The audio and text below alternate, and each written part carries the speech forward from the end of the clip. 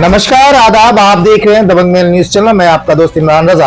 आज मुझसे मौजूद है हरियाणा के फरीदाबाद में और टीम मनसा पासवान के कार्यालय में, जहां पे आपको बता दें कि बीते 28 तारीख को टीम मनसा पासवान के द्वारा हरियाणा के फरीदाबाद से लेकर के दिल्ली प्रधानमंत्री कार्यालय घेराव करने की ये पूरी तैयारी थी और यहां से घेराव करने के लिए ये लोग अपने कार्यालय से निकले थे और बीच में एक चौक है जिसका नाम है हार्डवेयर चौक, जहां पे ये बाबा साहब भीमराव अंबेडकर के मूर्ति पर पुष्पांजलि अर्पित करने के बाद इनको दिल्ली की तरफ कूच करना था, मगर हरियाणा पुलिस पूरे दल बल के साथ वहां पे मौजूद थी और इनको आगे नहीं बढ़ने दिया। केवल और केवल माला अर्पण करने के बाद इनको अरेस्ट कर लिया गया और अरेस्ट करके इनको पूरे दिन हरियाणा में घुमाया गया। मगर आज किस वजह से तरुण अरोड़ा जो है ये टीम मनसा पासवान के लीगल एडवाइजर है और पूरा लीगल मामले को देखते हैं, तो इनसे जानते हैं कि क्या कुछ कहना चाहते हैं आज, क्योंकि ये आंदोलन जो है काफी चर्चा में रहा और काफी सफल आंदोलन हुआ। दिल्ली से भी काफी सारे लोग इस आंदोलन से जुड़े, फरीदाबाद के कोने कोने से लोग इस आंदोलन से जुड़ रहे थे। 15 से 20 हजार लोग इस आंदोलन में आने के लिए तैयार थे, मगर हरियाणा पुलिस ने जो लोग जहां से आ रहे थे उनको सूचना मिली तो हर जगह उन लोगों को रोक दिया गया और इस आंदोलन में यहां तक नहीं पहुंचने दिया गया। आइए जानते हैं तरुण अरोड़ा जी से क्या है पूरा मामला और क्या कुछ कहना चाहते हैं इस विषय पे। तरुण जी, बहुत बहुत स्वागत है आपका हमारे चैनल में। देखिए, सबसे पहले तो मैं आपके चैनल के माध्यम से अपने प्रत्येक उस समर्थक को जिसके द्वारा इस कार्यक्रम में भाग प्रत्यक्ष या अप्रत्यक्ष रूप से लिया गया, उन सबका बहुत बहुत धन्यवाद करता हूं और हरियाणा पुलिस के उन जवानों का भी हम धन्यवाद करते हैं क्योंकि वो अपनी ड्यूटी कर रहे थे और उनको सरकार की तरफ से दबाव था। हमें एक दिन पहले ही सूचना दे दी गई थी कि हरियाणा सरकार और भारत सरकार के द्वारा आपके आने पर प्रतिबंध लगा दिया गया है, जिसको लेकर के हमारी हरियाणा पुलिस मुस्तैदी से तैनात हुई। उन्होंने सरकारी दबाव में और सरकार के आदेशों की पालना करते हुए उन समस्त क्षेत्रों में जहां जहां से हमारे समर्थक आ रहे थे, अपनी गाड़ियां लगा करके उन समर्थकों को रोकने का काम किया और हमें भी डिटेन किया गया हार्डवेयर चौक से, बाबा साहब अंबेडकर चौक से। जब हमने उनको प्रतिमा को माला अर्पण करी, पुष्पांजलि अर्पित करी, उसके बाद हमें वहां से डिटेन करके ले जाया गया। लेकिन ये आम जन का सहयोग था जिसके कारण सेम डे हमारे उस मांग पत्र को, ज्ञापन को माननीय प्रधानमंत्री कार्यालय तक पहुंचाया गया और वहां की रिसीविंग हमें प्रदान की गई। साथ ही साथ सबसे बड़ी बात इसमें यह थी कि गृह मंत्रालय से भी हमें एक फोन कॉल आया और उन्होंने हमें स्पष्ट किया कि आप अपनी एक कमेटी बनाइए जो कि 11 से 21 लोगों की कमेटी हो। प्रत्येक स्लम एरिया से आप एक व्यक्ति लीजिए, उनका पुलिस वेरिफिकेशन कराइए, जिसके बाद हम आपकी गृह मंत्रालय में एक मीटिंग रखवाएंगे और आप अपनी मांग पत्र को माननीय मंत्रालय में आने के बाद हमारे जो अधिकारी हैं उनको सुपुर्द कीजिएगा। और तब तक हमें आपको आश्वस्त करते हैं कि फरीदाबाद के अंदर कोई भी तोड़फोड़ कानूनों का उल्लंघन करते हुए नहीं की जाएगी। ये कह सकते हैं कि आपके द्वारा ये जो आंदोलन किया गया, पिछले कई महीनों से इसकी तैयारी की जा रही थी, ये आंदोलन एक तरीके से सफल होता नजर आ रहा है। देखिए, अभी तक तो सफल होता नजर आ रहा है, लेकिन हमेशा से एक बात बहुत उजागर रही है, जन उजागर रही है कि जो हमारी सरकार है इसकी कहनी और कथनी में बड़ा अंतर है। अब इन्होंने स्पष्ट तौर से भी कथन के तौर पर तो यही कहा कि कोई भी तोड़फोड़ नहीं होगी, लेकिन भविष्य में यदि सरकार के द्वारा ऐसा कोई कदम उठाया गया जिसमें आम वर्ग, मजदूर वर्ग, दलित और इन सभी समुदाय के लोगों को ला करके प्रताड़ित करने का काम किया गया या फिर सरकार के द्वारा कानूनों का उल्लंघन करते हुए फिर से शहर के अंदर तोड़फोड़ की गई, तो हम अपने आंदोलन को और बड़ा विराट रूप देकर के इस आंदोलन को फिर सुचारू रूप से शुरू करेंगे। ये आंदोलन थमा नहीं है, सिर्फ ज्ञापन वहां पर पहुंचा है और अगर जरूरत पड़ी तो हम पुनः प्रधानमंत्री कार्यालय के बाहर जाकर के बैठेंगे, वहीं हम अनशन भी करेंगे, आमरण अनशन करेंगे, लेकिन किसी भी गरीब व्यक्ति के आवाज को टूटने नहीं दिया जाएगा।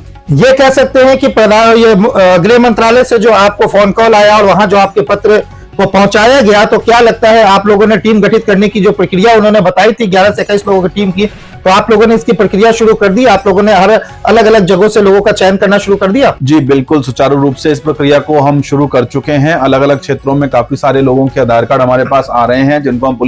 पुलिस वेरिफिकेशन के लिए फाइल भेज रहे हैं। साथ ही साथ हम यहाँ पर एक निवेदन ये करना चाहते हैं कि हमारे शहर के अंदर, वैसे तो देखो भाजपा के अंदर जो फूट पड़ी है वो जग उजागर हो चुकी है कि एक ही लाइब्रेरी का उद्घाटन दो बार किया जाता है। ये भाजपा की नीति सबका साथ सबका विकास की ही है। जब वो अपने आपस में मंत्रियों की नहीं बन रही तो आम जनता के लिए फिर तो टकराव उनसे होना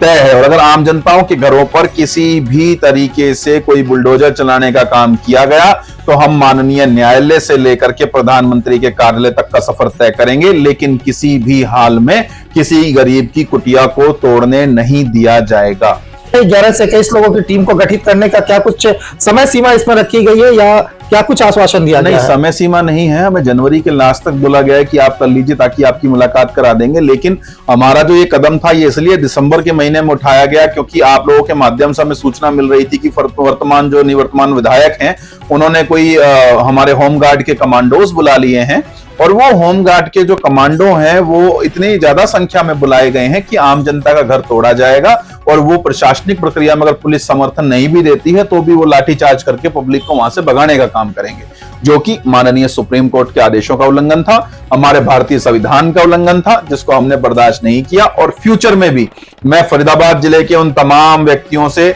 हमारे समर्थकों से, हमारे झुग्गी झोंपड़ी निवासियों से, हमारे मजदूर वर्ग से, हमारे दलित समुदाय से ये स्पष्ट शब्दों में वचन देता हूं कि कभी भी उनको हमारी जरूरत होगी तो हम उनसे पहले कंधे से कंधा लगा के उनके साथ खड़े मिलेंगे, और चाहे फिर प्रशासन अपने किसी भी प्रकार के सिस्टम को, किसी भी प्रकार के संसाधनों को आजमाए, लेकिन उनके घर और परिवार को बेघर नहीं होने दिया जाएगा, ये हम आपको स्पष्ट शब्दों में बता रहे हैं। कितना आश्वस्त है होम मंत्रालय, गृह मंत्रालय के द्वारा जो आपको आश्वासन दिया गया है, तो आप कितना आश्वस्त है उनके आश्वासन से? क्या उनकी बात जो है हरियाणा सरकार मानेगी, या फिर बस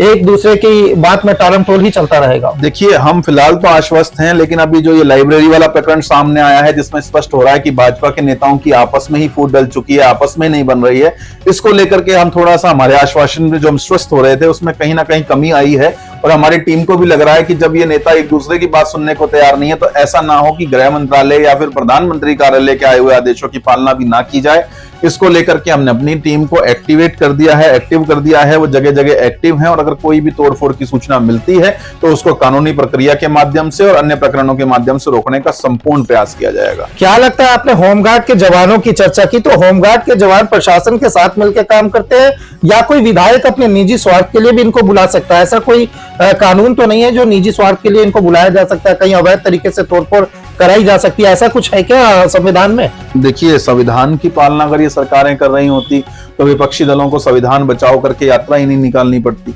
अगर संविधान की पालना की बात हो रही होती तो किसी मजदूर व्यक्ति को बेघर ही ना किया जाता। अगर संविधान की पालना हमारी सरकारें कर रही होती तो पुलिस प्रशासन हमें चौक से डिटेन ही नहीं करता, क्योंकि धारा 163 जो लागू थी वो नई दिल्ली में लागू थी। कम से कम हमें वहां तक, और मैंने स्पष्ट शब्दों में कहा है, आप लोग खुद वहां मौजूद थे, कि मैं आपको एफिडेविट देने को तैयार हूं, धारा 163 की भी पालना की जाएगी। जहां पे धारा 163 लागू है वहां पर 3 व्यक्ति ही जाएंगे, और हम कानून की और संविधान की पालना करेंगे, क्योंकि हम जब सरकार से ये पालना करवाने जा रहे हैं तो पहले हम पालना करेंगे। बावजूद उसके हमें डिटेन किया गया, तो आप खुद समझते हैं कि किस तरीके से पालना की गई वहां पर। और रही बात पुलिस प्रशासन के समर्थन की, तो पुलिस प्रशासन ने, मुझे ऐसा लगता है कि सरकार के आदेशों का पालना करने के लिए ये सारे कदम उठाए हैं। लेकिन ठीक है, हम भी समझते हैं कि पुलिस मजबूर है और उसको सरकारी आदेशों की पालना करने के लिए बाधित है, लेकिन फिर भी पुलिस ने जो हमारा मांग पत्र प्रधानमंत्री कार्यालय के तक पहुंचाया, इसके लिए हम पुलिस की विजिलेंस, SIS सिक्योरिटी सिस्टम, हमारे सभी थानों के SHOs, सभी क्राइम ब्रांच, माननीय हमारे पुलिस आयुक्त साहब, और स्पेशली ACP बड़कल विनोद कुमार जी का भी मैं धन्यवाद करता हूं, जिन्होंने इस सारे कार्य में सपोर्ट किया। और हमारे ड्यूटी मजिस्ट्रेट जो करण जी थे, हमारे तहसीलदार जो नियुक्त हुए थे उस दिन धोज के, उनका भी बहुत बहुत धन्यवाद कि उन्होंने हमारा इस प्रकार के समर्थन किया। और माननीय जिला उपायुक्त साहब, जिन्होंने हमारे इस पत्र को माननीय प्रधानमंत्री तक कार्यालय तक पहुंचाया और हमें रिसीविंग प्रदान करवाई। यानी आंदोलन को सफल बनाने में भी प्रशासन का पूरा सहयोग और पूरा समर्थन रहा, डायरेक्ट नहीं तो इनडायरेक्ट से ही, क्योंकि प्रशासन भी मजबूर थी, इसलिए डिटेन करना मजबूरी थी, मगर उनका समर्थन आपको पूरा बराबर मिलता रहा। बिल्कुल था जी, क्योंकि वो भी समझ रहे हैं कि गरीब असहाय जो बेकसूर लोग हैं, जो सहस्त्रों सालों से यहाँ रह रहे हैं, सैकड़ों साल उनको यहाँ रहते हुए हो गए, और उसके बाद सुप्रीम कोर्ट की साइटेशंस उनके पक्ष में है, भारतीय संविधान उनके पक्ष में है, लेकिन सरकारी दबाव में आकर के उनको तोड़ने का काम नगर निगम के द्वारा किया जा रहा है, वह अवैध है। जिसके चलते पुलिस प्रशासन ने, हमारे माननीय जिला उपायुक्त साहब ने, हमारे माननीय तहसीलदार साहब ने पूर्ण रूप से हमें अप्रत्यक्ष रूप से, मैं स्पष्ट कहूं तो अप्रत्यक्ष रूप से हमारे को समर्थन किया, और हमारी मांग पत्र को माननीय प्रधानमंत्री कार्यालय तक पहुंचाया, और जिसके कारण लॉ एंड ऑर्डर भी बने रहे, और माननीय जो हमारे अधिकारी हैं उनके द्वारा हमारी जो मांग पत्र हैं वो भी प्रधानमंत्री कार्यालय तक पहुंच सके। और अब हमें आशा है कि माननीय प्रधानमंत्री जी हमारे इस पत्र को अपने संज्ञान में लेते हुए हरियाणा सरकार को एक आदेश पारित करेंगे, और इस प्रकार से होने वाली तमाम जो गतिविधियां हरियाणा सरकार की हैं, जो असंवैधानिक हैं, गैर कानूनी हैं, उनको रोका जाएगा, और गरीब बेसहारा लोगों को बेघर नहीं किया जाएगा। हमारे साथ टीम मनसा पासवान के अध्यक्ष मनसा पासवान जी भी मौजूद है, जिनको डिटेन करके उस दिन ले जाया गया था। आइए इनसे भी पूछते हैं क्या कुछ कहेंगी इतने बड़े आंदोलन के सफल होने पर। क्या कहेंगे मनसा जी? बहुत बहुत स्वागत है आपका। धन्यवाद। मैं सबका सबसे पहले सभी को धन्यवाद करना चाहूंगी और आप सभी लोगों का भी धन्यवाद करूंगी, क्योंकि आप लोगों की वजह से जो लोग नहीं भी आ पाए थे वो सारी चीजें वहां बैठ के मोबाइल पे अपने देख रहे थे कि हम किस तरीके से उन लोगों के लिए संघर्ष कर रहे थे। और साथ ही साथ उन सभी सहयोगियों को धन्यवाद भी करना चाहूंगी जो मुझे उन लोगों ने इतना सपोर्ट किया, जिनकी वजह से मेरा जो उस दिन का रैली प्रदर्शन जो था वो पूरा सफल रहा। आपने देखा किस तरीके से सफल आंदोलन के बाद जब आंदोलन सफल हो गया तो सभी लोगों ने प्रशासनिक अधिकारियों का धन्यवाद किया और उनके सहयोग का धन्यवाद किया। इससे जुड़ी तमाम खबरें देखने और जानने के लिए हमारे साथ जुड़े रहे। चैनल को लाइक करें, कमेंट बॉक्स में कमेंट करके अपनी राय जरूर दें। धन्यवाद।